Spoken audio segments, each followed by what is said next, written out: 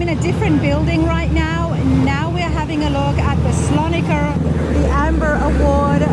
This is the judging. Wow, beautiful Pontiac. Now this is an Andy Leach build. We've got the judges here on the table. We will have a chat with some of them when they have a moment. Everybody, I've been able to find some of the judges here who are judging the contendees for the Slonaker Award, a very prestigious award. Let's get some information for people at home sitting and watching to see what they can bring and what the judges are looking for. Please, everyone, could you introduce yourself first? We've got Steve Strope. Steve Strope. Strope. Same thing. He likes strobes anyway. Yeah, wait, I can do that. Please don't do that. Okay. Troy Ladd. Troy Ladd. Chris Brown. Chris Brown. Scott Sullivan. Scott Sullivan. How long have you all been judges for? About a week. No, it depends. We've judged different things throughout. I wouldn't say that we're like judges. We all have our own specialized pieces of the industry as builders, designers. So judging is not our job. Judging just happens to be something that we have, I guess, volunteered for or asked. We volunteered, but Nice. I guess the guys that John Buck, who owns the Roadster Show, believes that because of what we do, we have enough knowledge about what goes into vehicles like this at this level that we can intelligently look at it and go, oh, this was done. When owners or builders explain all the craftsmanship they put in, we can comprehend and understand what they're saying, what they're describing. Most of us. Because we're actual car builders. I guess that's kind of my point. That's We're right. not judges, we're car builders that happen to be judging. Exactly, and that's what the show We're does judged by so peers. well. You're judging your judged by peers. peers. Yeah. Absolutely, and the show does that really well. Same with the Amber Award. The judges are from a variety of different backgrounds, and that's happening the same thing here as well. But I want to ask, first of all, favorite style or era? You know what? I like a lot of stuff. I grew up enjoying everything from customized vans to hot rods to supercars, sports cars. So I like it all. You like it all? I do. I really, really do. Scott, what about yourself? You almost would have to have the same answer. I'm a motorhead. I love all of it. Yeah, if it's cool, it's cool. Yeah. Are you guys the same as well? You just Traditional style hot rods and Art Deco era are my favorites, but I have driven and owned just about everything. So, I mean, I own muscle cars, I own a Ferrari, but I like the traditional. So it's not like we've got just traditional hot rod and choosing the Slonaker or traditional muscle car guys. No, it's everything. But as a designer, please tell us, what is one of the things that you pay attention to the most when you are looking? Well, one of the major things is how well you've, what type of theme you've chosen, and then how well you've stuck to that theme throughout the entire car. You know, whatever your build style is. And then the perfection execution of that. Exactly. It's got to be all the way through. It can't just be one section or another section of the car. It's all got to be a cohesive thing, and that's what makes a really great car. There's a big variety of different cars. Yes, there is. I mean, we have hot rods, we have a muscle car. The Slonaker, I think it's harder to pick than the Amber. Yes. It is. Correct. Yes. How do you come to a decision? A lot of discussion. Discussion, no fighting, no We arguing. actually care about the outcome, so we discuss a lot. It is not, oh yeah, that one's shinier. That's not how this happens. Right, and I think that's what's great when they put together a group like us, because we actually have built cars ground up. We know every aspect of the build design process, the building process, the execution. So we could look at a car that's maybe, you know, like the car behind us, we're not used to, and we can appreciate it and understand it. So that's what people need to know, is just because it's something unique to us, we know about cars. We understand it. To build fabrication, level of difficulty, and all of those things. So I think it's great that we have, you know, car building experience behind us and are able to be objective about whatever comes through here. Not just experience, everybody. It is a very prolific key people, persons of the industry. And while I'm meeting you and you're coming on my channel for the first time, it definitely is not going to be the last. So I do hope to get to know these guys and see some more of their style and build, and hopefully do some shop tours and bring it to you on the channel. Gentlemen, good luck. I wouldn't want to be you. Thank you very much. I don't know. I don't want to know. All right, so this is Bill and Angela Barbato's 33 Pontiac. Bill contacted me about 8 years ago and said he'd like to build a 33 Pontiac, and I said, "You what? A 33 Pontiac?" He goes, "Yeah, 33 Pontiac." So shipped it in, and obviously we have a stock one sitting over here, so you can see how awkward a stock one is. But we took the approach of just softening all the lines, take all the odd, awkward proportions out of the Pontiac, and try to make it this true, elegant, kind of in-your-face hot rod. We hand-built the frame. As you can see in the build book, it was all made out of 10-gauge plate, very swoopy contoured rails and cross members, drop-out cross members, independent front. All the control arms are machined as steel. Then they were nickel-plated. There's 3 different finishes on every control arm.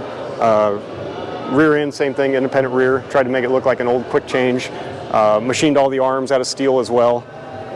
Nickel-plated it. Then there's the cast magnesium look to it. And 2 other colors with pinstripes dividing everything up. And when you see the bottom of it, as you guys saw my Buick a few years ago, this one's on crack compared to that. So we really wanted to go all out and do a bottom just really crazy, but yet completely functional. Took the approach to, when you see the exhaust, we did another approach on the exhaust. It's actually got 3 different finishes on it, and then a polished stainless lip or bead that goes all the way around it. So there's like a charcoal color, a bronzy color, a red pinstripe, and polished stainless on the exhaust. You can probably see it in there somewhere. There's a lot going on the bottom side, so please check that out when we get it up in the air. Yeah, it'll be up in the air. So getting to the top side on the body, what we did, the big change was the rear fenders were pushed up 3 inches into the body. When you look at like the stock one over there, in between the belt line and the fender, it's got a section like this. So we pushed everything up so we could get the big Hoosier slits under the back. It's been wedge sectioned, basically 1 inch in the front, 0 in the back. We took the back panel of the car and shoved it forward. It really wasn't a measurement thing, it was just kind of keep moving it forward until it looks good. And then this section of the car right here, the big change, we thinned this way up because it's real fat, and then tipped that forward. When we did that also, we brought the top down. When we got the car, it was already chopped, so we don't really know how much it's chopped now, other than we just kept moving it until it looks good. And otherwise, the only change, played with wheel openings a little bit, but the front fenders are just softened up. They're pretty much stock. Hood, made all the hood. And when I say the body, actually about 98% of the body was remade from scratch, because by the time we cut up all the quarters, we just made new ones. A lot of that back panel was made from scratch. Running boards, obviously with all the trim on the running boards was machined, hood vents is machined, door handles machined, headlight rings machined, taillight rings machined. So the fun thing about this one is everybody here likes to machine and 3D print everything. We like to make it look like it's not 3D printed or machined. So the rear lenses are actually 34 Cadillac lenses, as I stand your way. And then from there, the buckets are 34 Oldsmobile buckets. So then we machined bezels to join the 2. On the front, they're 34 Oldsmobile headlight buckets, and felt they needed big, heavy buckets, both front and rear, just to balance out the heaviness of the fenders and the body, just to make everything flow. The grill, we remade a grill shell from scratch. If you look at the front of these cars, one of the things that Bill fell in love with, he's into trains. The front has like this shovel nose on it, and it's just terrible looking. So we remade all that shovel nose and pulled it way back, literally like 6 inches, brought it up. So it's actually, it now flows with the car. All right, let's let Andy breathe for a minute, because that's intense.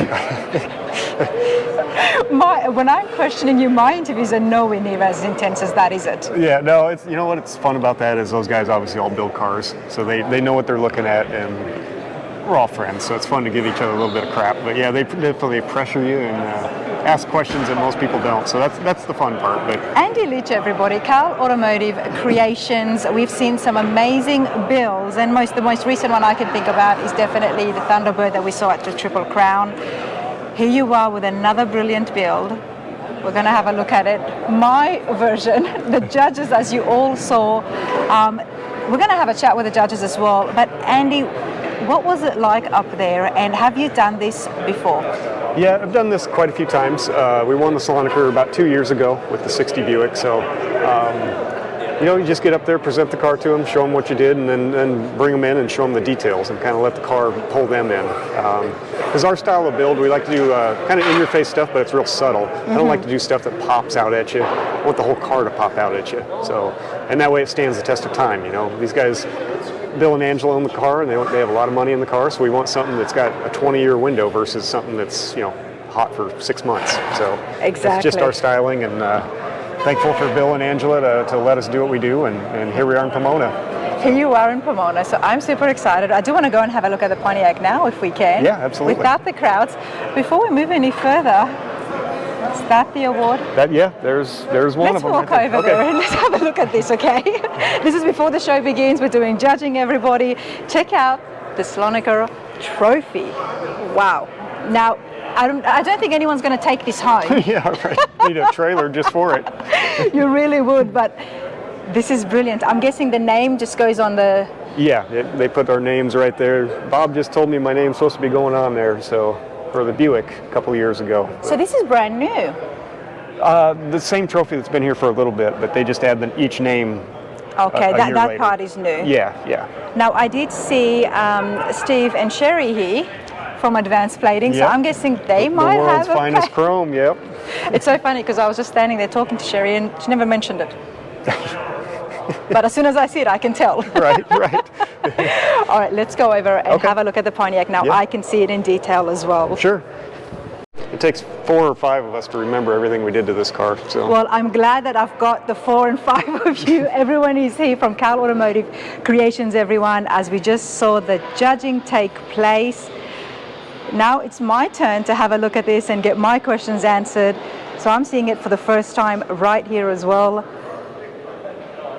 Wow, there is a lot happening here. The wheels are different. Inside's a whole nother story. And I like the gold. Okay.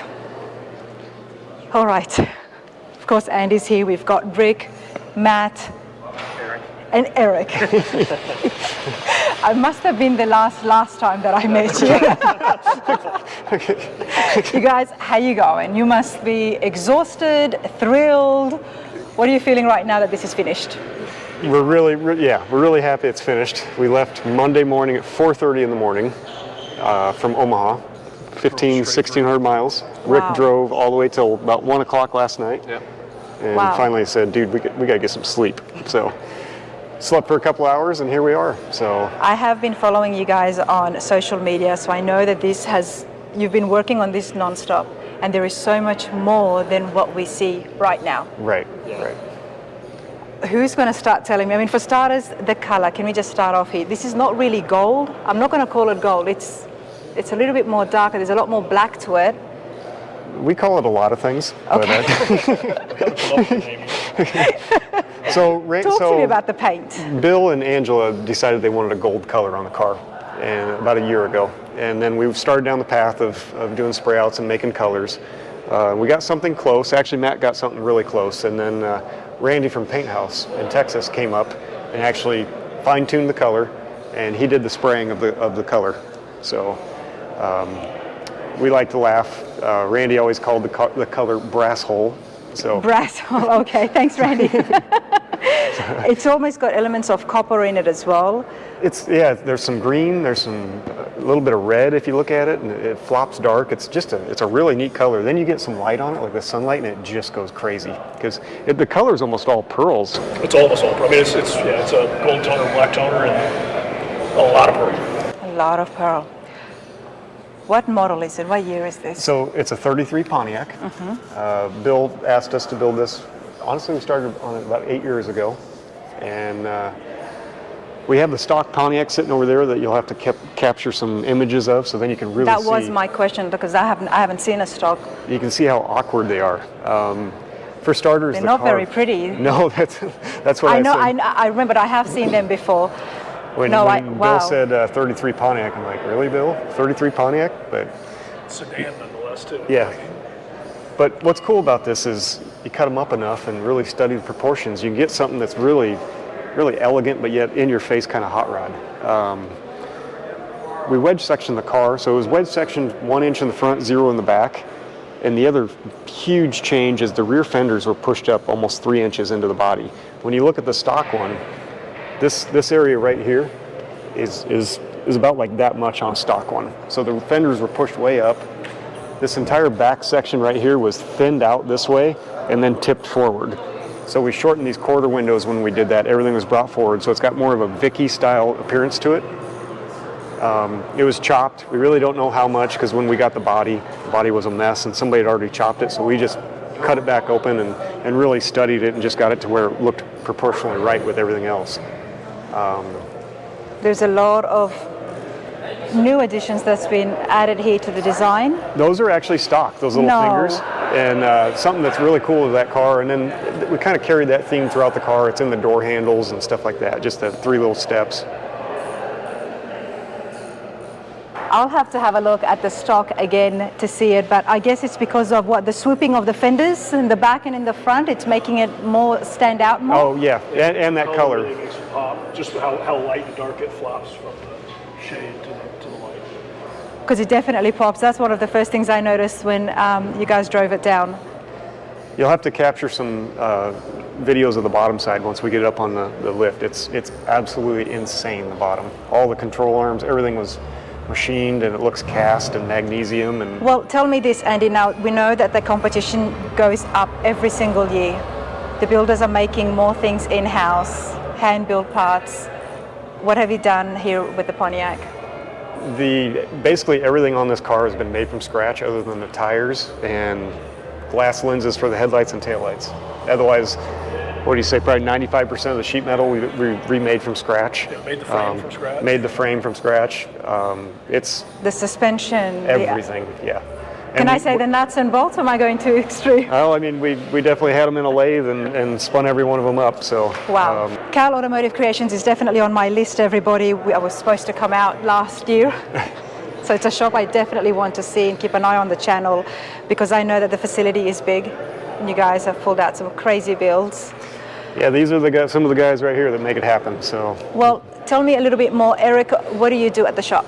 A little bit of everything. I was Andy's first employee, so I've been there for going on 13 years now.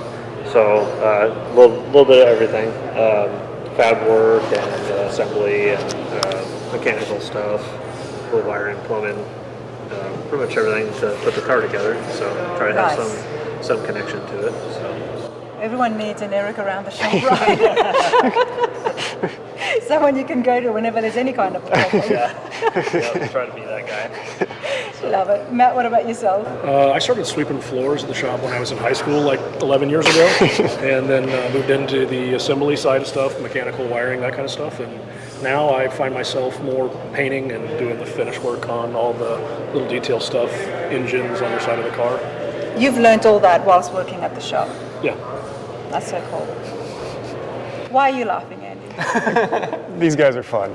Each day is, if you had a camera in the shop, you'd just scratch Well, you do post some things up, but I do get a That's my wife. Okay? Yeah, my wife does all my social media, and there's times I have to, no, don't post that. But no, these guys are awesome and most talented group of guys on the planet. So it's just fun. We have a lot of fun doing this, and we're probably a little goofy because we're extremely tired right now, but we're here in Pomona. You have a big smiles on your face, and that's what it's about. And of course, Rick, we have met, shop manager. Yep. Oh, I guess it's production manager. Yeah, I got to keep them in the check because they get off topic here, and they start talking about weird things, and then next thing you know, we end up somewhere else. But yeah, I mean, when the car gets assembled, I do whatever's needed, really. Wherever I can lend a hand, toter homework too. I drive the toter home. Load everything, unload everything. Lifts everything. Lift everything. Make carts. We don't have a forklift. We got a Rick. There's a lot of people that just do whatever is needed for the time. It doesn't matter what they're supposed to do. Everybody just comes together and gets everything done. It's a team. Yeah. It's a team. That's just awesome. And I love meeting all the team members, everybody. That's why I do the Hot Rod Shop tours. So until I get there, we're going to just keep digging out more and more as I meet your team members. Okay, let's come back over here. I want to give the interior a time all on its own. We have taken a moment to pause the filming, and as fun as it was hanging out with the team, we had to give you guys proper lighting in order to do the Pontiac justice. This had to be seen in the light, and it is a brilliant goal. Andy, congratulations once again. Thank you. Thank you. The display makes it's just, now that we can see the undercarriage, Yeah. drivetrain, Yep. Put a little light, a little mirror on it, and we can see what's going on. we need to do this justice. So talk to us, please. Let us know what you done. So, Bill and Angela Barbado brought us a 33 Pontiac about 8 years ago, and the car was a mess, but Bill loved a 33 Pontiac, so it took a lot of cutting to make it beautiful. So we started with the body, wedge sectioned it, shortened the back, pushed the back of the body forward, reworked. Did you wedge section it? 1 inch in the front, 0 in the back. We pushed the rear fender up into the body 3 inches. The entire back section of the body was tipped forward. The rear window was shortened, and this center section here between the rear window and the back window was shortened as well. So there's a lot of metal work here. Top was chopped. I don't really know how much the top was chopped when we got the car, so we just cut it back apart and kind of. So it had already been molested to an extent? It was molested. It was bad. So yeah, the car came and it had a back panel on it that it looked like somebody literally took and just bent it over their knee, and it was a mess. So we made a whole new back end on the car and everything. The fenders were extended. Like I said, when we pushed them up 3 inches into the body, we had to drop the front running board part down to get this big 31-inch tall tire under it. So. But I'm glad you did, because it's such a big part of the back here, because there's so much custom work. It's not as boxy as the straw. Right. Yeah, and it's got a very Vicky style body style to it, so that's what we really wanted. And I knew from day one that I wanted to run 5 spokes on it. I'm a 5-spoke guy, so we based the wheel off of it's a 16x10 American racing wheel that we modeled it off of. This one has the little webbing in it, which that was the American Encode magnesium wheel, so we put our little flavors to it, put my logo in it, and just kind of crispened it up and sharpened it up. But yeah, we machined those out of aluminum, and then Matt that works for me came up with this magnesium color, so that's actually paint, and you can see the little gold fleck in it just to keep the gold flowing throughout the car. He made that himself. Yeah, he made that himself. So. And I love it, because we're going to see touches of that everywhere. Everywhere, yeah. Not so much, but then again, it's there that you do notice it. Right. So we're known for doing some crazy bottom sides, and this is yet another one. Full independent front and rear. We machined all the control arms, everything you see down there is machined. But the difference with us is we like to take things and machine them, but make them look like they're not machined. You see a lot of shops doing this stuff, and it looks like it's a big block of aluminum or something. And we're trying to make everything look cast. So the brake calipers is so Steve at Maxwell Industries is recreating the lobster caliper. It was a rare racing caliper back in the day, and this is actually the first 4 that were made that exist. He was kind enough to let us have the first 4, and yeah, they're super cool. Another thing you see, if you see the exhaust has 3 colors and a polished finish on it. So what we did is it's 3.5-inch exhaust for the big blown 400 Pontiac motor, but we then machined a stainless rib, and we sweated that onto the stainless pipe. That's what that texture is. Yeah, so then we came back, and on the outsides of the pipe, the perimeter, so it's kind of a charcoal-ish color, and then on the insides, in the pockets, it's kind of a burnt, kind of a copper bronze color, and then there's actually a red pinstripe color in there as well. So there's 3 colors and a polished finish on it, which another crazy idea. It's like, well, let's see how far we can take this. And then you see the drive shaft and the half shafts. Those were all machined. Eric Black came up about a month ago. I said, dude, we need to do some like a machine drive shaft and a half shaft for this thing. You can't just have round ones in this. So he came up with this crazy, I don't even know how you explain it. And really you can't see them here, but they're probably the wildest half shaft and drive shaft ever made. Have the covers, the cover over the muffler covers and stuff. Yeah, muffler bodies. Yeah, that stuff was all machined. All the frame was made out of 10-gauge plate. That's all handmade and bent and welded together at the edges.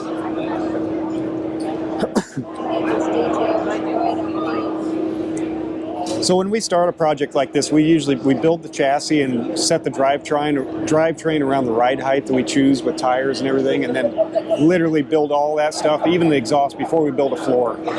So everything, we like to get ride height and tire sizes is a huge thing and sets all the attitude of the car. So we really focus on that stuff. And then we come back to the body and really dial the body stuff in and the proportions. I'm not going to say accessorizing, but these finer touches that add to the aesthetics.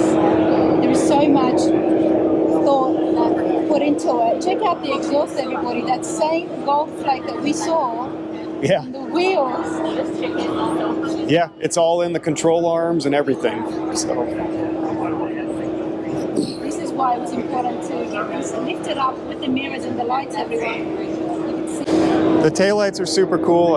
These are they're 34 Oldsmobile buckets, and then the lens is a lens that I searched forever for these. They're hard to find. They're 34 Cadillac glass lenses, and then we came back and there's 3 different bezels there that we machined to join them all together. But just a crazy looking little taillight that fits the car. It fits the car.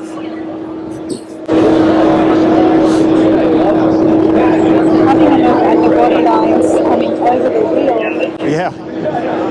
Yeah, and the little spears and the fenders, that's actually stock Pontiac stuff. When I first asked you, I said, I absolutely love that, and you told me that's stock. That's stock. We didn't mess with that at all. So that was one of the very few things I liked about the car and actually drew me into it when Bill brought it to us. How would they have done that in the 30s? What tool? I mean, there was no bead roll or something. Yeah, no, it's all stamped. Big molds. And all stamps, everyone. Now tell me before we continue on, please, the name of the car. The name of the car is Arabella. You can ask my wife the exact meaning, but it's something to do with gold and that stuff. But that was the name that Bill and Angela set on about 6 months ago, and that was right when we were kind of finalizing this gold color that Randy from Paint House made. We need to get Randy on here. Randy painted the car.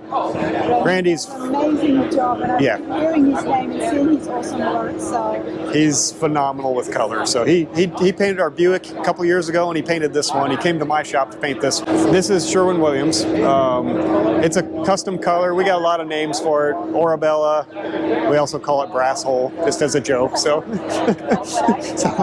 I am going to include. So hopefully you enjoyed me getting to know the team a little bit more and meeting some of the members that I hadn't met from Car Auto Creations. Everyone. The running board. Yes. Is that rubber or metal? That's actually rubber. It actually is rubber. Yes. And we machined the stainless molding around it. That was all machined out of stainless. Door handles were all machined out of stainless. Again, we're carrying this little rib that you see in the fenders, carrying that throughout the car. Great design is repetition, so. And it's strong. You're carrying a design that came from the factory. Yeah, exactly. And can I step on this beautiful white display, or is it going to fall? No, if you take your shoes off, you can get right on there. So yeah. I have been taking my shoes off all day. I love these displays, and you know what? Like I said before with Cody, a lot of effort goes into this. Oh yeah, there's a lot of time in there. So. It needs to be acknowledged and appreciated. So I'm very happy to take my shoes off. All right. Lead the way, sir. Lead the way. Well, yeah, go ahead. Here, I'll take my boots off. I'll get up in there.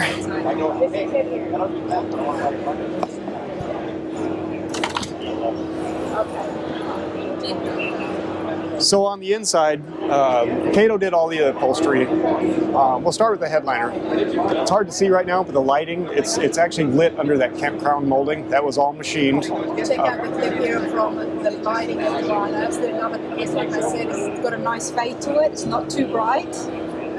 And then all this headliner, this was all sheet metal that we shaped. There's one thing about headliners that drive me crazy is a lot of interior guys just take these and just kind of staple them, and the leather or whatever the material is just pulled at a 45. We wanted this thing to really round into all this, so if you look at all the corners and stuff, it really flows nicely. So this part of the dash right here is actually the stock part of the dash we cut. but all this is machined. We wanted the dash, if you look at the stock car behind us, it's real flat, just no detail whatsoever. So we wanted to give some depth. So we machined all this, all the gauge cluster, everything is machined. Gauges themselves started as Dakotas. Dakota sent us the background stuff, and then there's actually 6 different layers that are machined that stack on top of one another. They're super cool. My guys at the shop machined all the knobs in-house. Troy, Rad Rides, was kind enough to give us one of the very first steering columns that he's producing. Really a high quality piece. Steering wheel, Andy. Steering wheel, yeah. So it's another piece that Thomas at Leading Edge Design in Colorado machined. Lots of detail, and I don't know if you can catch it, but this piece here and the steering wheel and even the door panels, we did like this black wood, and that's all airbrushed. So it's really fine. You know, it looks like something that should be in like a Duesenberg or something like that. Love the fabric. And we'll have a quick chat and say hello to Kato as well. And again, those gold plates has just continued on. It is about the consistency. It is about the details, and there's very fine details. Yeah, all these little pieces are machined and stuff. I love to bring this hard edge stuff into the interior, because if you cover all this stuff in leather, it just starts looking like a giant couch or something. Mm-hmm. So all the handles are machined out of stainless. And it's not just any handle. Again, you've carried those 3 spokes coming down. Exactly. Loving the consistency. That's what it takes, everybody. Andy Leach is no stranger to building high-end, award-winning customs. Yeah, we got a great group of guys, and everybody's passionate about it, and that's what makes this happen. Like I mentioned recently, we saw Beth Meyer's Thunderbird. That's another brilliant And now we've got something different. Now talk to me about the fenders. So the fenders go ahead. So the fenders, we didn't do a whole lot. They were just kind of beautiful the way they were, just crispened them up. But from this section down has all been reworked. If you look at the stock Pontiac behind us, the front section here, it kind of scooped way out like this and hung way down here. So we made basically all this area through here was all remade from scratch, including the grill shell. And we really refined it and just, we pulled it up, pushed it back in, and made it flow a lot better. I made a new grill for it. All this was modeled in SolidWorks. We had each bar lasered out of stainless. Machined a buck, so we set all these on in a buck in the bench, and then I welded them all on the backside. Spectacular. Now let's have a look down here before we get into the engine. Yeah, there's a lot going on down there. So we machined all the control arms in-house. They were all machined out of steel. We've done a lot of aluminum control arms in the past, and you hear some horror stories about that. So we actually machined these out of steel. Is it easier to work with? It's actually harder to machine, longer run times. But when you're dealing with suspension pieces, we like to overkill it just for the liability purpose of it. This guy's going to use this car, and I want to sleep at night. So. Again, you can see that fine red pinstriping. Yeah, so that's bordering. There's satin clear and then shiny clear, and that's the parting line for all that. So when we use shiny and satin, we can really break the car up, and everything's not so heavy looking. But it's just another detail that flows all throughout the car. Tell me about the cover for the drive shaft. It's very different. Oh, the engine oil pan? It's the engine oil pan. Yeah, that's the oil pan there, and then the transmission pan is matching. And then the bottom of the rear end is the same. So it's just something that carries through. It's kind of that ribbed or fend idea that follows through. Jewelry box. Another part I absolutely love about this is the hood vents that we machined. Eric Black designed them. Again, the car was wedge sectioned and moved around so much that we decided to do these vertical hood vents, and it really breaks the side of the car up. Here in the inside, it's a 400 Pontiac with an 871 blower. Again, we did the magnesium finish all throughout. To put the blower on? Bill, the owner. And that's a big blower as well. That's a big blower, yeah. This thing makes some power, so. Inside the dragster scoop that's machined, machined is 4 throttle bodies. We made a fuel injection. It's all tucked inside there. There's a rail and all the throttle bodies. Everything's tucked inside of there. Yeah, so the firewall is machined out of a giant chunk of aluminum. I'll come around you here. And we wanted the little polished detail, again, that's everywhere in the car to follow through on the firewall. And then have it broke up by shiny gold, the satin gold, and the pinstripe. And another little feature is the pinstripe is actually machined into the panel. So everywhere that we have a machined piece, it's actually, the groove is pinstriped down into a machined groove. And another cool thing is the radiator. Let me get behind you, Mark, a little bit. What makes you think? What made you think about? You know what? It's better if we actually go and make a groove around all of this design. You could have just put a pinstripe in there, but no, you chose to. Yeah, that's what everybody would do. So we came back and just another little detail. And just adding to the overall look of it. Yeah. Exactly. And I told you the other day that I think I call it the oil pan, the reservoir. Yeah, the reservoir, yep. So this side's coolant and the other side is power steering. It's such a piece on its own. Such an antique piece, everyone. It looks antique, but it's not. It does so well. The fan shroud is kind of cool. Eric, we tried getting on camera, he's camera shy. That was all made from scratch, and again, we did a magnesium finish on it.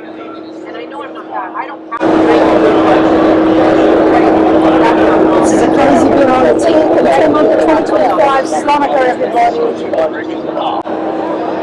I wish you all the best. Well, thank you. There is a boat involved here. It's very luxurious. Thank you. It's very luxurious from the inside to just the fine details, and then it's just completed with the mirror and the undercarriage. Yeah. You have spared no expense, you've spared no little detail, you have left nothing untouched. Yeah, thank you. That's certain parts it has been, but even that has been untouched to a certain degree. Yeah. Congratulations. Thank you. And all the rest. Thank you.